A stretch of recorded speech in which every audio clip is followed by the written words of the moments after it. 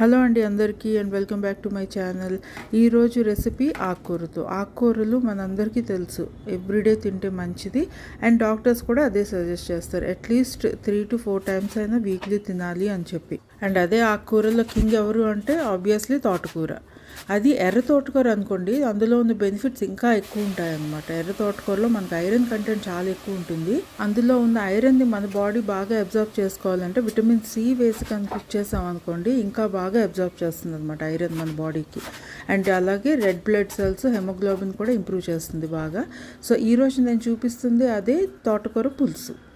ఎర్ర తోటకూరతో పులుసు చేసి చూపిస్తాను.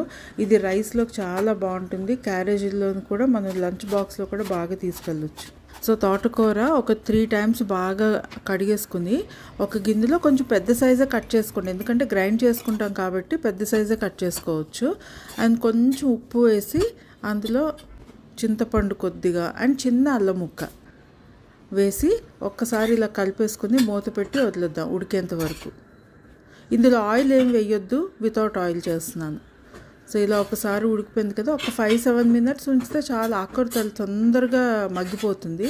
సో ఇలా మగ్గిన తర్వాత కొద్దిగా చల్లగా చేసేసుకుందాం. ఒక ప్లేట్లోకి తీసి ఇలాగా స్ప్రెడ్ చేసేసుకున్నారనుకోండి ప్లేట్ అంతా, మనకు చాలా తొందరగా చల్లగా అయిపోతుంది అనమాట. సో ఇది చల్లగా అయ్యే లోపల మళ్ళీ అదే గిన్నెలో కొద్దిగా ఆయిల్ తీసుకోండి, ఎక్కువ వద్దు. కొంచెం ఆయిల్ తీసుకొని ఇందులో మెంతులు, ఫస్ట్ ఏ పులుపు మనం వండినా సరే మెంతులు వేస్తే బాగుంటుంది అనమాట అందులో.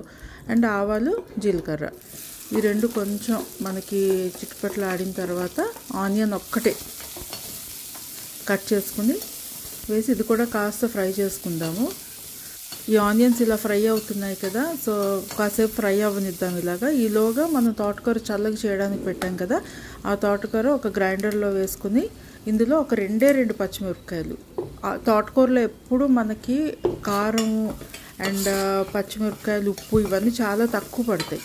సో ఆనియన్స్ ఒకసారి ఇలా ఫ్రై చేసుకున్న తర్వాత కాస్త ఎక్కువ ఫ్రై అక్కర్లేదు అండ్ వెల్లుల్లిపాయలు ఇందులో వేయక్కర్లేదు. కాస్త పసుపు, ఉప్పు అండ్ కొంచెం ధనియాల పొడి, జీలకర్ర పొడి ఇందులో వేయక్కర్లేదు. అండ్ కొద్దిగా ఇంగు వేసుకోండి. ఇంగు అయితే మనకి వచ్చింది వర్షాకాలం కదా ఇప్పుడు వస్తుంది, సో డైజెషన్ ఈజీ అవుతుంది అన్నమాట. వర్షాకాలంలో మన డైజెషన్ పవర్ కొంచెం తగ్గుతుంది due to climatic conditions. So అందుకోసమని కొద్దిగా ఇంగు వేసుకుంటే మనకి ఏదైనా డైజెషన్ అవుతుంది అనమాట ఫుడ్ తినేది. అండ్ ఇప్పుడు అది ఆల్రెడీ గ్రైండ్ చేసి ఉంచుకున్నాం కదా, అది ఇందులో వేసేసి ఒకసారి ఇలా కలిపేసుకుందాము. ఆ కలిపి ఒక 2 minutes ఫ్రై అయితే చాలు.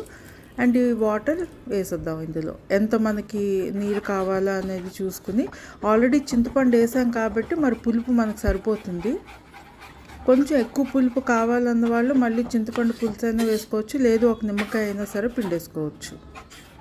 సో ఈ థిక్నెస్ ఇలా ఉంటే మనకు రైస్లోకి చాలా బాగుంటుంది తినడానికి. సో అంతే, ఇంకా మూత పెట్టేసి కాసేపు అలాగా మరగనిద్దాము. కాస్త మరిగిన తర్వాత ఒకసారి కలిపేసుకుని ఆఫ్ చేసేటమే, అంతే. ఎంత సింపుల్గా, ఎంత హెల్తీగా చేసుకోవచ్చు కదా. తక్కువ డబ్బులతో మనకి న్యూట్రిషన్ వాల్యూస్ అనేవి చాలా ఎక్కువ వస్తాయి. అందుకని ఆకుకూరలు అస్సలు మిస్ చేయకుండా వీక్లీ 3 times అయినా తినడానికి ట్రై చేయండి. ఏదో ఒక ఆకుకూర చాలా మంచిది హెల్త్కి.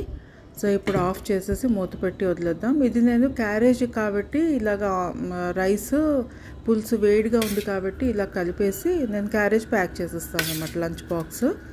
సో మీకు నచ్చింది అనుకుంటే, నచ్చితే తప్పకుండా లైక్ చేయండి and share with your friends and subscribe చేసుకోవడం మర్చిపోవద్దు నా ఛానల్ని to get more and more interesting recipes like this. Thanks for watching. Until my next video, take care of yourself. This is Usha signing off for now. Bye bye.